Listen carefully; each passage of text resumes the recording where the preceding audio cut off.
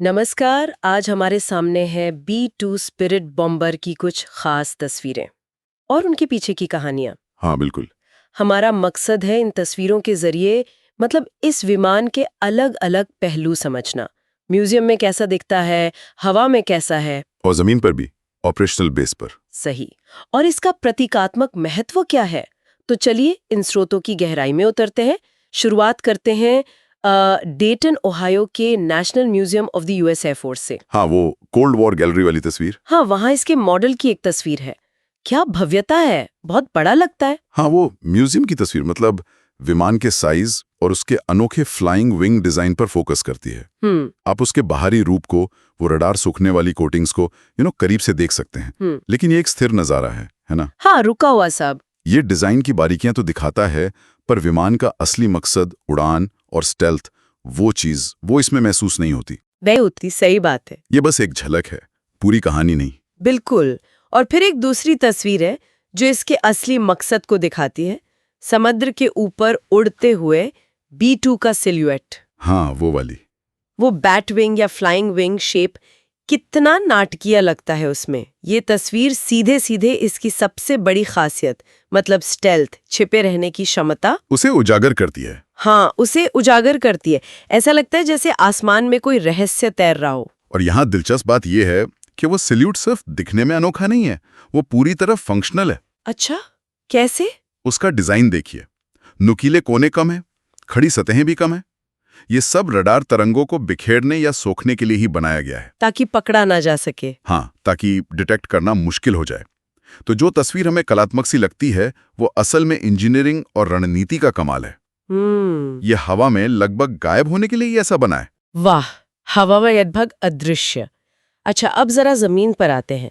एक और तस्वीर का जिक्र है विटमन एयरफोर्स बेस, मिसौरी जी। वहां हैंगर में खड़ा 509वें बॉम्ब विंग का एक B2 हवा में उड़ते उस रहस्यमयी विमान से एकदम अलग। यहाँ ये एक मशीन की तरह दिखता है। बिल्कुल। जिसका रखरखाव जरूरी है, तैयारी जरूरी है। सही कहा आपने। ये तस्वीर उस ग्लैमर से पर्दा हटाती है। हाँ, ये हमें याद दिलाती है कि इस हाईटेक चीज के पीछे एक बड़ा ऑपरेशनल ढांचा है। मेंटेनेंस क्रू हैं, हैंगर का माहौल है, तैयारी की पूरी प्रक्रिया है। काफी काम होता होगा। हाँ, ऊंची उड़ान भरने से पहले हर विमान को जमीन पर बहुत वक्त बिताना पड़ता है। ये उस छिपे है जरूरी पहलू को सामने लाती है। सही। और फिर एक और पहलू है जो न सिर्फ तकनीक है, न सिर्फ ऑपरेशन।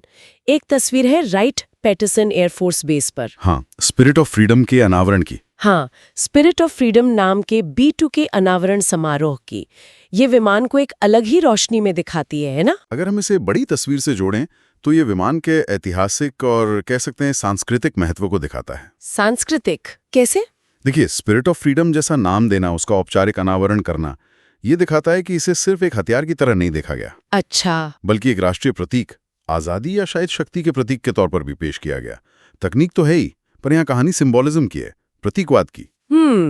ये तो सोचने वाली बात है। हाँ, ये दिलचस्प है कि कैसे एक सैन्य मशीन को ऐसे अर्थ दिए जाते हैं। तो इन अलग अलग तस्वीरों को देखकर एक ही विमान की कितनी परतें खुलती हैं।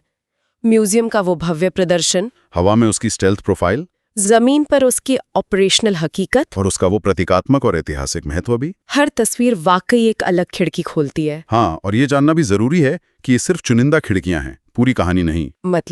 मतलब स्रोत बताते हैं कि अगर कोई और गहराई से देखना चाहे, जैसे रात की उड़ानें या हवा में फ्यूल भरने की प्रक्रिया, हाँ, वो सब तो इन तस्वीरों में नहीं है, या कॉकपिट के अंदर का नजारा, तो उसके लिए नॉर्थरोप ग्रुमन की ऑफिशियल मीडिया गैलरी या अमेरिकी वायुसेना के पब्लिक फोटो आर्काइव जैसे दूसरे रिसोर्स हैं। ओके।